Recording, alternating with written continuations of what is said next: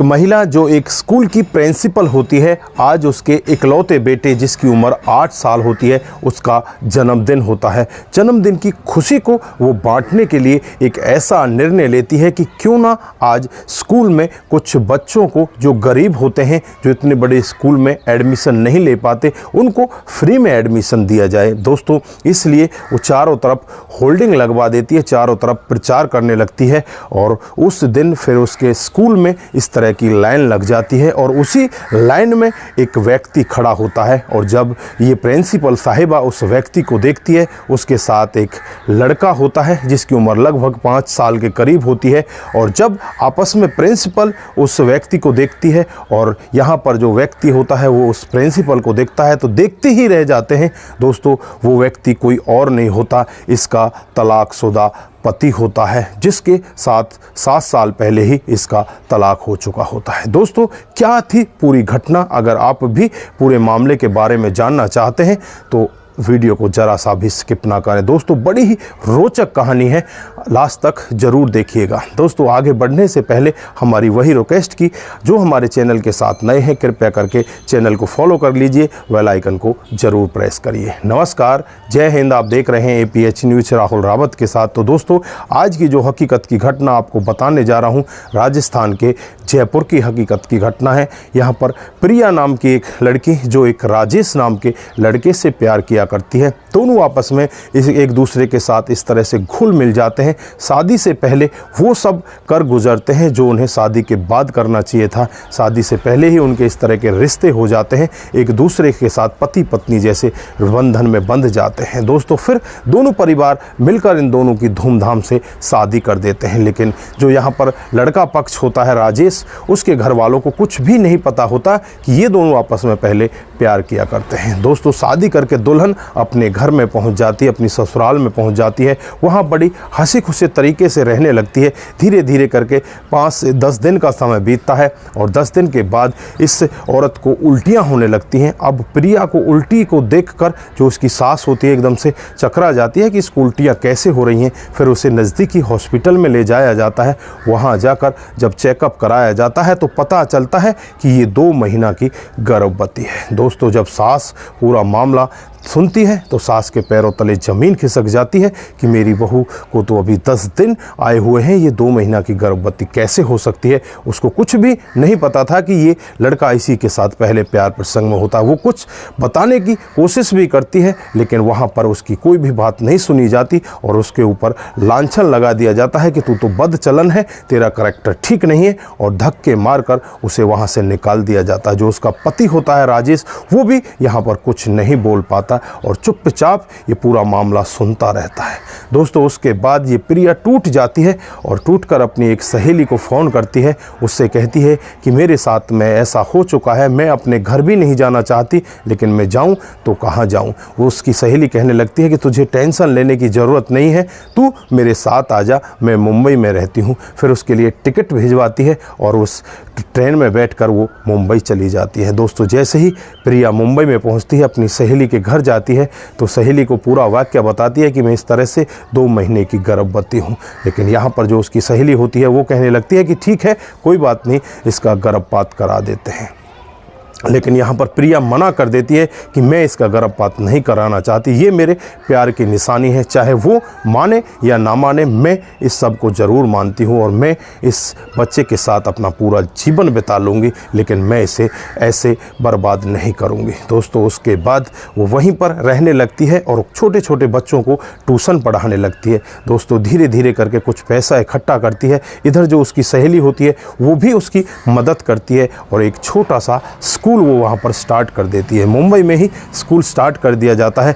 धीरे धीरे करके वो इतनी ज़्यादा मेहनत करती है तो उसका स्कूल धीरे धीरे करके बढ़ने लगता है और 7 महीने के बाद ही उसको एक सुंदर बेटा पैदा होता है और उसके बाद तो उसकी दिन दूनी रात चौगनी तरक्की होनी स्टार्ट हो जाती है। उसका स्कूल ऊंचाइयों को छूने लगता है और मुंबई का बहुत बड़ा स्कूल बन जाता है। दोस्तों उसके स्कूल में एडमिशन लेने के लिए भी बच्चों को पहले टेस्ट देना होता है। दोस्तों काफ़ी सारे मास्टर, काफ़ी सारे टीचर उस स्कूल में पढ़ाया करते हैं, मैडम पढ़ाया करती हैं और वो खुद प्रिया उस स्कूल की प्रिंसिपल बन जाती है। दोस्तों इसी तरह से धीरे धीरे करके समय बीतता रहता है और 7 साल का समय बीत जाता है। आज इसके बेटे का 7वां जन्मदिन होता है और इसी 7वें जन्मदिन पर ये कुछ बच्चों को जो गरीब होते हैं उनको फ्री में एडमिशन देना चाहती है। दोस्तों उसी लाइन में इसका तलाकशुदा पति जिसका नाम राजेश होता है वो खड़ा होता है। हालत बहुत ज़्यादा बिगड़ी होती है, दाढ़ी बड़ी होती है, कपड़े फटे होते हैं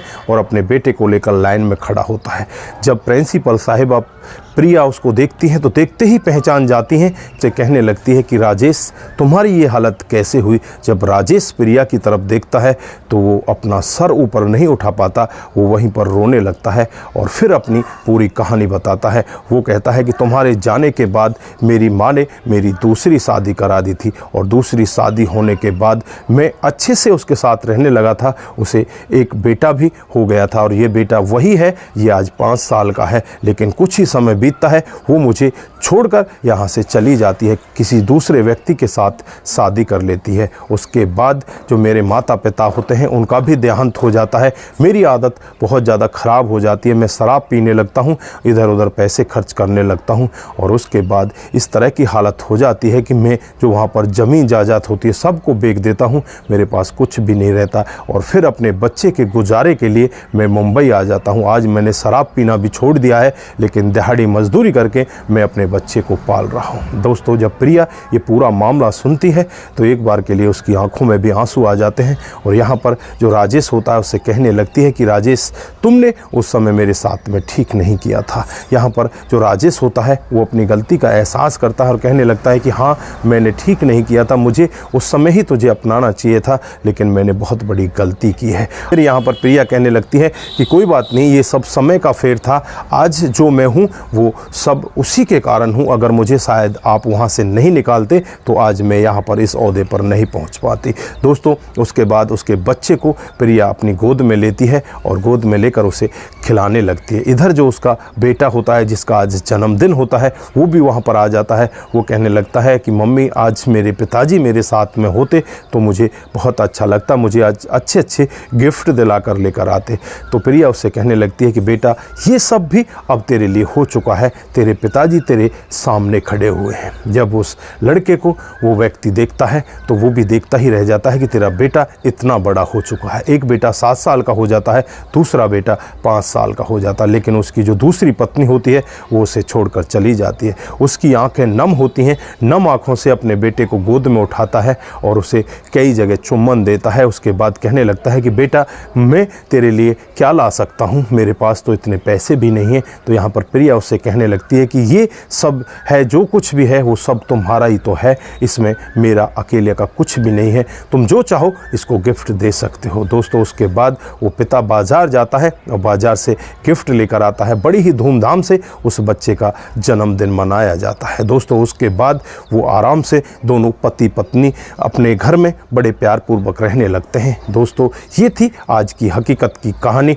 जिसमें एक पति ने अपने माता पिता का साथ दिया, अपनी पत्नी का साथ नहीं दिया, लेकिन उसके बाद उसकी हालत इतनी दयनीय हो जाती है, वो दूसरी शादी भी कर लेता है लेकिन दूसरी वाली उसे छोड़कर भाग जाती है, किसी दूसरे के साथ शादी कर लेती है और फिर वो दर दर की ठोकरें खाने के लिए मजबूर हो जाता है और लास्ट में जब मुलाकात होती है तो अपनी पहली पत्नी से होती है जिसे देखकर वो फूट फूट कर रोने लगता है। दोस्तों पत्नी वो उससे आज भी उतना ही प्यार करती थी जितना उससे वो पहले करती थी, उसकी वजह से उसने कभी भी दूसरी शादी करने का प्रयत्न तक नहीं किया। दोस्तों आज वो दोनों इस तरह से मिल जाते हैं, किसी ने कभी कल्पना भी नहीं की थी। दोस्तों यहाँ पर आप क्या कहना चाहते हैं?